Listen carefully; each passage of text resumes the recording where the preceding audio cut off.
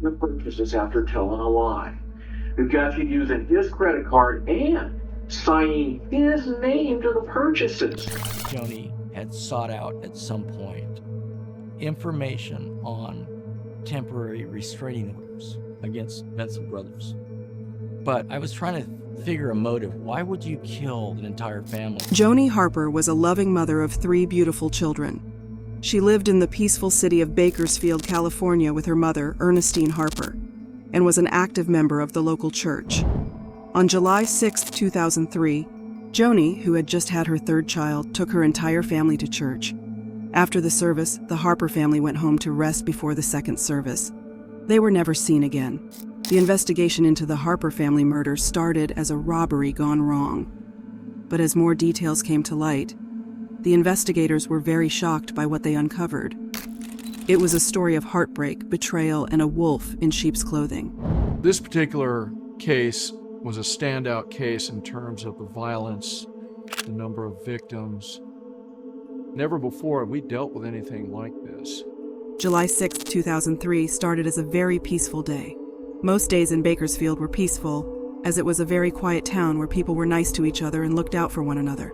It's one of the reasons Joanie Harper chose to start her family there. Joanie had lived in Bakersfield for a very long time and was very respected in the community. She was also an active member of the local church. Joanie had practically grown up in the church and had even attended a Southwestern Christian college in Texas. Religion was very important to the Harper family. Joanie Harper seemed to have it all: a loving husband, 3 beautiful children, and a flourishing career as a basketball officiant. Her life was heading in the right direction, some would say. But her seemingly perfect life was about to take a turn no one saw coming. Because Joanie loved church so much, she dedicated all her children to church after they were born. So when her last child, Marshall, turned 6 weeks old, she was excited to take him to church to dedicate him as she had done the others.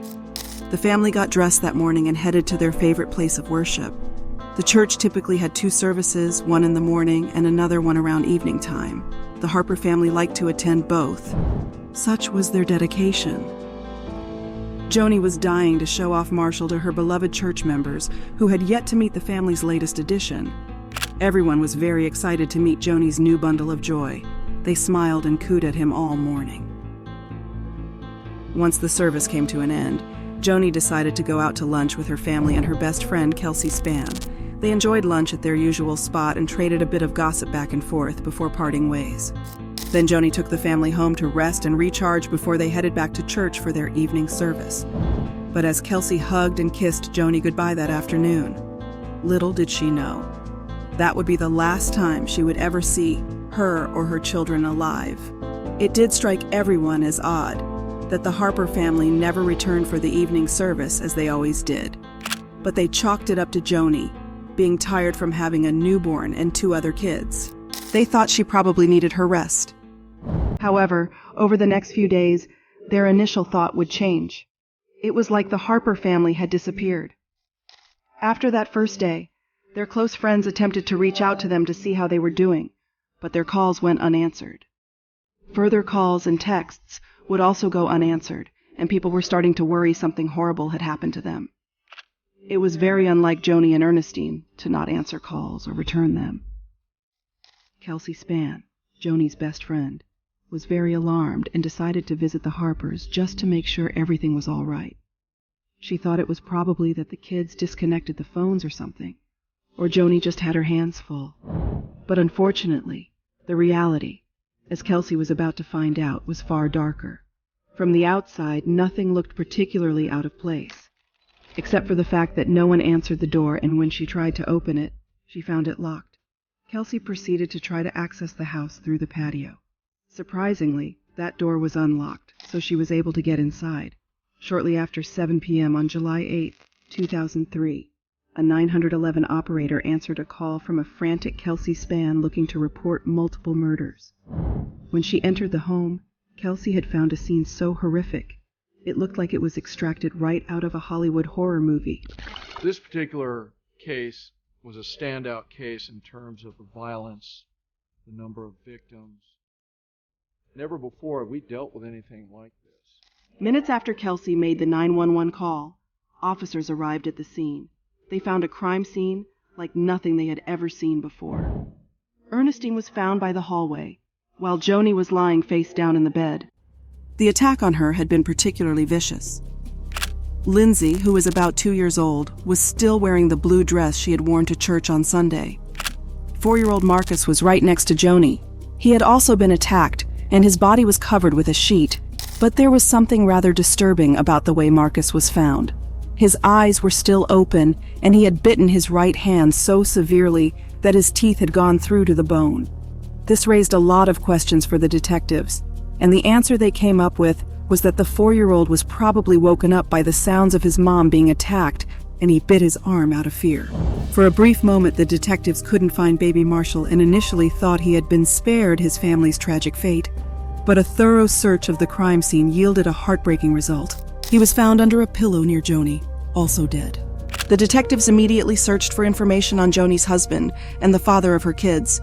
They now had the difficult job of breaking the news that his entire family had been viciously murdered. Not long after, they found Joanie's husband, Vincent Brothers, who had been hundreds of miles away in North Carolina. The officers flew to North Carolina to inform Vincent of the tragedy, and he completely lost his mind. He was visibly distraught and could not string a sentence together. But despite how clearly affected he was by his family's murder, the officers had a job to do. They were not just there to inform him of his family's demise, they were also there to speak to him. As is standard in a murder such as this, the spouse becomes the prime suspect, but it was immediately apparent to the officers that Vincent could not be their killer. They found out he had left Bakersfield, California on July 4th, 2 days before his family was attacked, and was in North Carolina all that time. They were able to track Vincent's credit card information to see that he indeed bought a plane ticket out of Bakersfield on the day he said he had. And there was CCTV footage from the airport, confirming he had landed at the airport and was where he said he was. Vincent also had receipts from a store in Ohio where he had been to visit his brother before heading to North Carolina. The more they looked into Vincent Brother, the more he was looking very unlikely to have committed the murders. Investigators were right back to where they had started and had a lot of work to do to figure out what had happened to this family. There was additional pressure on the detectives. This murder was unprecedented, and the residents of Bakersfield were on edge, wondering if there was a vicious killer on the loose. But as the investigation progressed, the usually quiet town was about to receive the kind of shocking news that would shake its very foundation. 7 days in this investigation, we decided to slow down and really just look at everybody around the Harpers. After hitting a dead end with Joanie's husband, the detectives needed to widen the scope of the investigation and look at other suspects and motives. Meanwhile, Vincent Brothers returned to Bakersfield to say goodbye to his family. While he had missed the memorial service, he arrived just in time for the funeral on July 16, 2003. The detectives decided to bring him in to see if he knew anyone who would want to harm his family.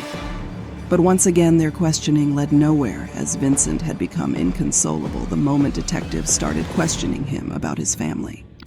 Vincent was basically incoherent and could not get through a sentence without bursting into tears. All of which was understandable, after all. He had just lost his entire family in the most horrific way possible. He was unable to provide much information to detectives, so they let him go. At this point, the detectives were getting frustrated as all their clues kept leading them to a dead end. But as they forged ahead with the investigation, they would get a break in the case. The medical examiner had released the autopsy for all 5 victims: Joanie, Ernestine, Marcus, Lindsay, and Marshall. The results of the autopsy gave the detectives much more to go on. They found out that though Joanie's cause of death was multiple bullet wounds, something else had occurred after she died. A knife missing from the Harper kitchen led detectives to believe that Joanie had been attacked after she was dead. That was definitely overkill, and it puzzled the detectives. The autopsy also led detectives to theorize that Joanie had been sleeping when her attacker entered the house, and she never woke up from her sleep even when being attacked. Joanie had a remote control in between her legs for the television. That remote control was in such a position that it would have fallen if she was able to fight back, which led me to believe that whoever killed her did it while she was asleep. There was also something rather curious about the crime scene that the detectives discovered. While everything in the house was in disarray, as if someone had ransacked the house looking for valuables, nothing had been stolen. The TV had been taken off the wall, but instead of stealing it, it was placed on the floor. Joanie's purse had also been rummaged through and dumped onto the laundry floor, but nothing of value was taken. It was clear the crime scene had been staged to look like a robbery to mislead the investigation. And though it worked to mislead the detectives for a short time, they were now right back on track. A lot of things were now crystal clear. This was not a robbery, it was a planned murder. And if Vincent Brothers didn't commit the crime, then Joanie Harper might not have been the intended target. And if that was the case, there was only one other adult in the house, Ernestine Harper. The detectives decided to turn the investigation to Ernestine, and it turned out they had every reason to. Ernestine had a history of community activism, and family members referred to her as paranoid as a result of this activity.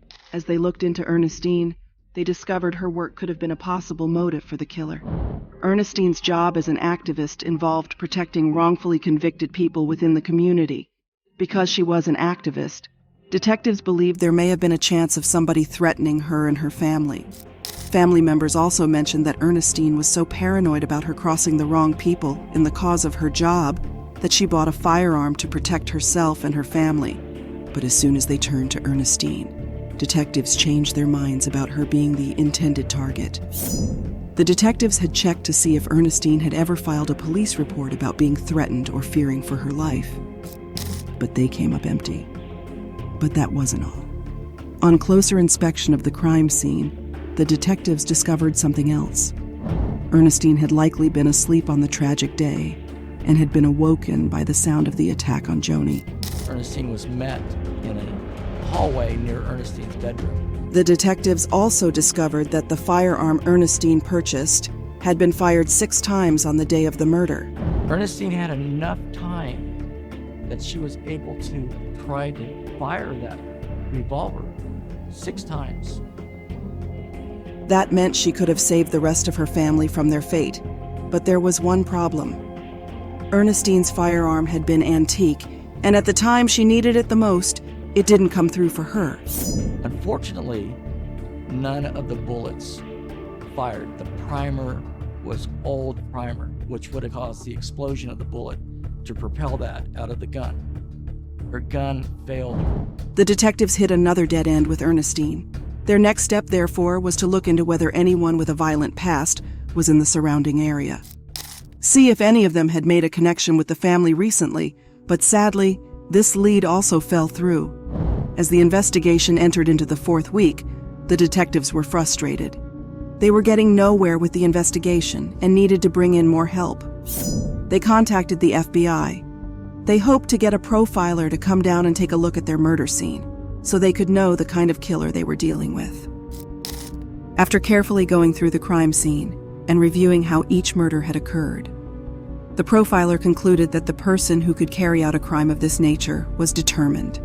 This person's plan had always been to murder the Harper family, and no matter what, they would not have rested until their mission had been successful. The profiler was also confident that the killer knew Joanie personally, and she was the main target of the attack. She had suffered the most injuries out of everyone in the home and had been attacked post-mortem. The post-mortem attack revealed more about the killer. It showed the killer had carried an anger so intense that killing Joanie once did not satisfy them. They needed to get up close and personal with a knife. The profiler's report led the detectives back to Joanie's family and friends. Their aim this time was to find out if there was anyone she had confessed feeling unsafe around in recent times. This is when the detectives hit the jackpot. Joanie's friends, particularly Kelsey, had a lot to say about Joanie feeling a bit unsafe recently. Joanie had confessed some trouble in her marriage to her friends, but along with the marital troubles came a shocking revelation. Joanie had been scared of her husband, Vincent. She had confessed she felt like he might try to do something to take her out of the equation. This led detectives right back to Vincent. As they dug further into Joanie and Vincent's relationship, the investigators discovered that the outwardly happy appearance of their marriage had been a facade, and Vincent was not who he made himself out to be. Had sought out at some point information on temporary restraining orders against Vincent Brothers. 46-year-old Vincent Brothers appeared to have it all. He was a former Marine who had found himself in a prestigious position as the vice principal at John C. Fremont Elementary School. He was well-liked and respected by his colleagues and students. Vincent and Joanie got married in 2000. But things weren't always perfect for the couple, and shortly after their marriage, Vincent changed. He had gone from being the attentive, loving person he had been before they tied the knot to constantly staying out late and sometimes disappearing for days on end.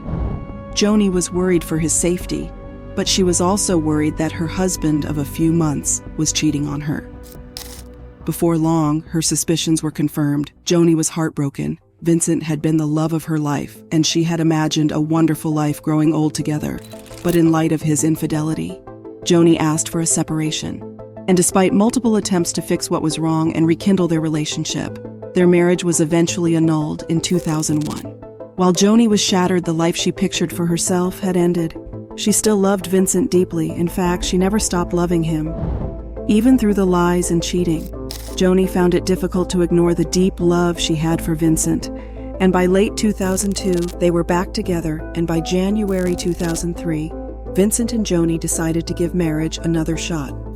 A few months later, in May, they had their third child together. They named him Marshall. Despite their tumultuous past, it seemed this time around things would be different. But unfortunately, things took a turn for the worse. Shortly after they got married again, their relationship hit the rocks. The detectives found out Joanie was not happy in her marriage, and in fact, she was thinking about getting a divorce. Joanie's friends also informed the detective of the real reason Vincent and Joanie had chosen to get their marriage annulled the first time. While Vincent cited irreconcilable differences, Joanie cited fraud. Joanie claimed Vincent had failed to inform her that he had been married twice before to other people. We interviewed Kelsey Spann, a good friend of Joanie Harper's. Kelsey Spann talked about the relationship between Joanie and Vincent Brothers during that time, that they were separated. As the real nature of Vincent and Joanie's marriage was unveiled to the detectives, something else came to light around the same time. The detectives learned of how Vincent had reacted when he was told about the murders of his family for the first time. Though he seemed completely distraught, something stood out to the officers who spoke to him. Vincent never asked how his wife and children had been murdered. As the investigations progressed, the detective would uncover Vincent's history of harassment and his other failed marriages. The investigators were becoming convinced that Vincent Brothers was responsible for the murder of his family. But how could he have done it from miles away? And why? I was trying to figure a motive. Why would you kill an entire family? As the detectives investigated Vincent Brothers further, they discovered he had a long history of relationship issues with multiple women. His first marriage ended after his wife accused him of hurting her. He was charged with the crime in 1988, the same year his daughter was born. He was, however, given an extremely light sentence of just 6 days in jail and some probation time. Upon divorce, detectives learned Vincent had contested the child support claim, saying he wasn't sure the baby was his. A court-ordered paternity test proved him wrong, but Vincent wasn't pleased with having to pay child support and tried to get it reduced. The detectives seized this information as a possible motive for the murders. But that wasn't all. The detectives found out more about Vincent's sordid past that came together to clear up the mystery of why a man would do such a thing to his family. A few years after his divorcing his first wife in 1992, Vincent was married again. This marriage didn't last long and ended much the same way as the first one. Vincent's second wife also claimed Vincent threatened to kill her. She got out after that. While Vincent kept up the facade of a respectable man of the community, cracks began to show in 1996 whilst he was working at Emerson Middle School as vice principal. He developed an obsession with a woman who worked there to the point that she was forced to quit her job. Although the woman reported Vincent, he was never punished. He was, however, transferred to another school in the year 2000, John C. Fremont Elementary School in Bakersfield, California, and that was when he met Joanie Harper. Other than the incident with the woman, Vincent kept up appearances, even once making headlines in Bakersfield for being a caring and loving vice principal, who would often escort his students home to make sure they were safe. But now, investigation revealed that Vincent had moved out of the family home in April, 3 months before the murders. In light of all this new information about Vincent, the detectives decided to take a second look at his alibi. And his previously rock-solid alibi began to come apart. The detectives flew to Ohio to visit the store where Vincent's receipts had come from to see if they could find anything off. Fortunately for detectives, they hit a gold mine. The store had a surveillance camera, and when the detectives looked at the events of July 4th, they found something shocking. The CCTV footage showed a man entering and buying a few items on that day with Vincent's card. Though the man in the footage had a similar haircut and build as Vincent, it was not him. It was his brother, Melvin. The detectives brought Melvin in for questioning, and it didn't take long for him to crack. Got you making the purchases after telling a lie. We've got you using his credit card and signing his name to the purchases. Melvin confessed to the detectives that Vincent had instructed him to go around making purchases with his car and to forge his signature on the receipt. But there was more. Melvin told detectives something that blew Vincent's alibi wide open. Vincent hadn't been with Melvin, although, like he had told detectives. In fact, there was a window of time between July 4th and July 7th when he disappeared. This meant Vincent had plenty of time to get to Bakersfield, California, commit the murders, and return to Ohio. But how did he do that? We determined that Vincent Brothers had rented a blue Dodge Neon. The detectives, finding out that Vincent had rented a car when he was in Ohio, was a huge break in the case, especially because he now had the means to get back to Bakersfield. They determined that Vincent rented the car, drove back to Bakersfield on July 6, murdered his family, and drove back to Ohio. The detectives were able to get their hands on the same rental Vincent had used and check the mileage. Fortunately for them, the mileage reading was off the chart. It was just too much to have been used within Ohio. We had the mileage on record that totaled just over 5,400 miles. And when they calculated how many miles were between California and Ohio, the case got even more interesting. Drive from Columbus to Bakersfield and then back, coupled with the mileage from the drive from Columbus to Elizabeth City, also totaled up about 5,400 plus miles. A few things were becoming very clear. On the 2nd of July 2003, Vincent Brothers left Bakersfield to go and visit his brother in Ohio for the long 4th of July weekend. He left behind Joanie and their 3 children. Joanie's mother, Ernestine Harper, had moved into the family home to help Joanie out with the kids. Vincent then rented a car and drove back to Bakersfield to kill his family. He then drove back to Columbus, Ohio to meet up with his brother, before driving to Elizabeth City, North Carolina to visit his mother. But there was one question left. How did Vincent get into the house? Joanie had kicked him out months ago, and he no longer had a key to the house. As the detectives pondered this question, their answer would soon come. Kelsey, Joanie's friend, told the detectives Vincent had offered to help Joanie out with some errands, one of which happened to involve a set of keys. Vincent had volunteered to help out Joanie one day by taking her car to be serviced. With her car keys was a key to the residence. The detectives determined that Vincent had made a copy of Jenny's house keys, which had then allowed him to enter the residence on the day of the murders.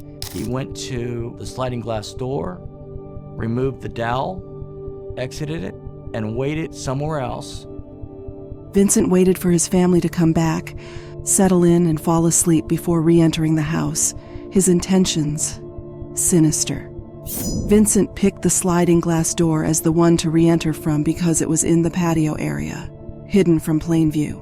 There was only one other house facing that direction, and thankfully for the detectives, the person who owned that house saw something. And that specific neighbor contacted the police, and he informed us that he had actually seen Vincent Brothers in that patio area around the time of that weekend when the murders occurred. The case against Vincent Brothers was looking strong, but there was still one little problem. Everything the detectives had against him was circumstantial at best. They needed the final nail in the coffin, so they decided to try something.